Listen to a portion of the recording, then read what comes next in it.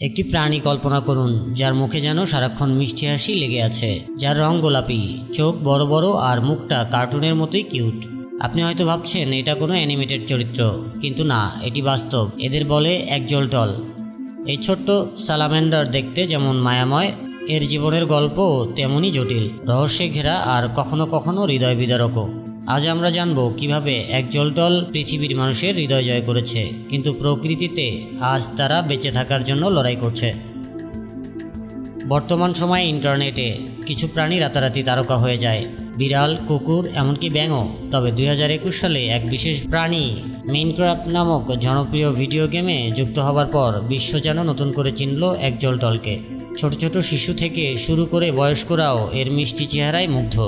Social মিডিয়ায় হাজার হাজার ছবি, ভিডিও, এমনকি মিম তৈরি হয়েছে এই প্রাণীকে ঘিরে। টিকটকে গোলাপি রঙের অ্যাক্সলটলের নাচ দেখে অনেকেই বলেন, আমি জীবনে এর চেয়ে মিষ্টি কিছু দেখিনি।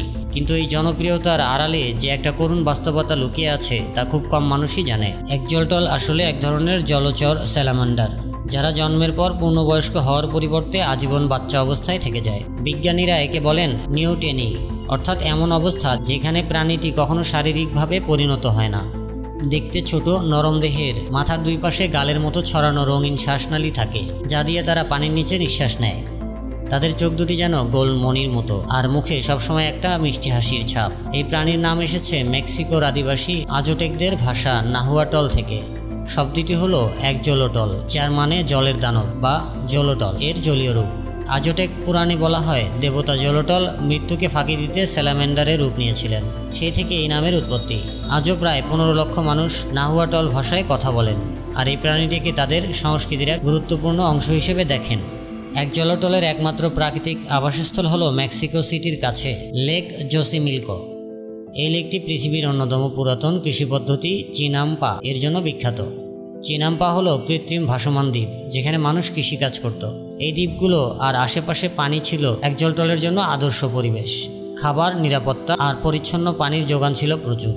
শত শত বছর ধরে এই প্রাণী এখানে শান্তিতে বসবাস করত। সবকিছু ঠিকঠাক চলছিল, কিন্তু 20 শতাব্দীতে মেক্সিকো সিটির জনসংখ্যা বেড়ে যাওয়ায় পানির চাহিদা পূরণ করতে লেকে নানা রকম জল প্রকৌশল প্রকল্প চালানো হয়। পাম্প বসানো হয়, ড্রেনেজ ব্যবস্থা বদলানো হয়, ফলে লেকের পানি হয়ে পড়ে দূষিত, নোংরা, দুর্গন্ধযুক্ত। অ্যাক্সলটল যেহেতু তাদের ত্বক দিয়েও নিঃশ্বাস নেয়, তাই এই দূষিত পানি তাদের মৃত্যুর কারণ হয়ে দাঁড়ায়।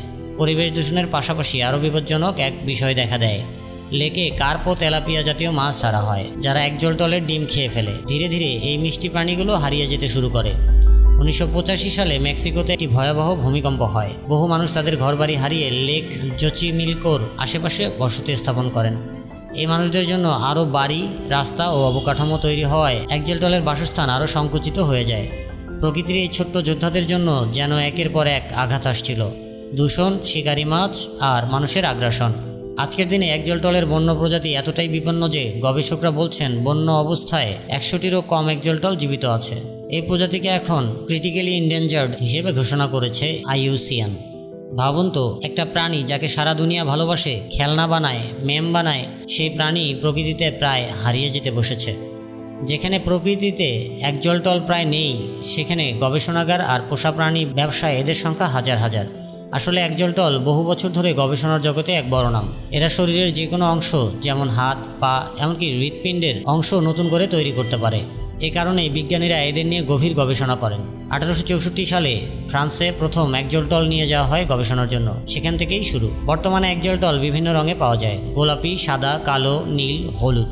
তবে এই রঙগুলো প্রকৃতিতে দেখা যায় না, এগুলো মানুষ প্রজননের মাধ্যমে তৈরি করেছে। এরা দেখতে যতই সুন্দর হোক না কেন, অধিকাংশ পোষা অ্যাক্সলটল ইনব্রিড, অর্থাৎ একই রক্তের মধ্যে বারবার প্রজননের মাধ্যমে জন্মানো, যার ফলে তাদের জিনগত বৈচিত্র্য নেই। তাই এদের বনে ছেড়ে দিলে ওরা বাঁচতে পারবে না, বরং আরও সমস্যা তৈরি হবে। গবেষক জামব্রানো বলেন, মানুষ ভাবে যেহেতু পৃথিবীর নানা ট্যাঙ্কে অ্যাক্সলটল আছে তাই ওরা বিপন্ন নয়, কিন্তু বাস্তবে একেবারেই উল্টো।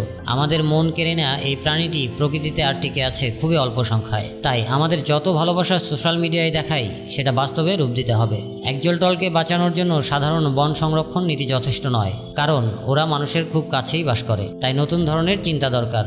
গবেষক জামব্রানো বলেছেন, আমরা চাই স্থানীয় কৃষকদের সঙ্গে মিল রেখে পরিবেশ পুনর্গঠন করা, যাতে আবার চিনাম্পা চাষ ফিরে আসে আর একজেলটলের জন্য নিরাপদ পরিবেশ তৈরি হয়। এতে মানুষের কৃষিকাজ হবে আর প্রাণীরাও বাঁচবে। এই মিষ্টি মুখের একজেলটলকে কি আমরা হারিয়ে ফেলবো, নাকি সারা বিশ্বের ভালোবাসা আর সচেতনতা দিয়ে আমরা তাদের রক্ষা করব? অনেক দেশে এখন সিম্বলিক অ্যাডপশন প্রোগ্রামের মাধ্যমে একজেলটল রক্ষায় সাহায্য করা হয়। আপনি চাইলে একটি একজেলটলের প্রতীকী অভিভাবক হয়ে যেতে পারেন। সেটাই হতে পারে আপনার ও ওই প্রজাতির জন্য একটি বড় পদক্ষেপ। একজেলটল শুধু একটি কিউট প্রাণী নয়, এটি এক প্রকৃতির বিস্ময়, এক পুরনো কথার অংশ, এক বৈজ্ঞানিক গবেষণার ধন এবং আমাদের অবহেলার এক নিদর্শন। এখন সময় এসেছে এই প্রাণীর গল্প শুধু অনলাইন মিম বা ভিডিওতে সীমাবদ্ধ না রেখে বাস্তব জগতে তাদের পাশে দাঁড়ানোর। কারণ তারা হাসে, কিন্তু এই হাসির আড়ালে লুকিয়ে আছে এক আকুতি বেঁচে থাকার জন্য। বার্লিন, ফিচার ডেস্ক, জনতার জাগরণ।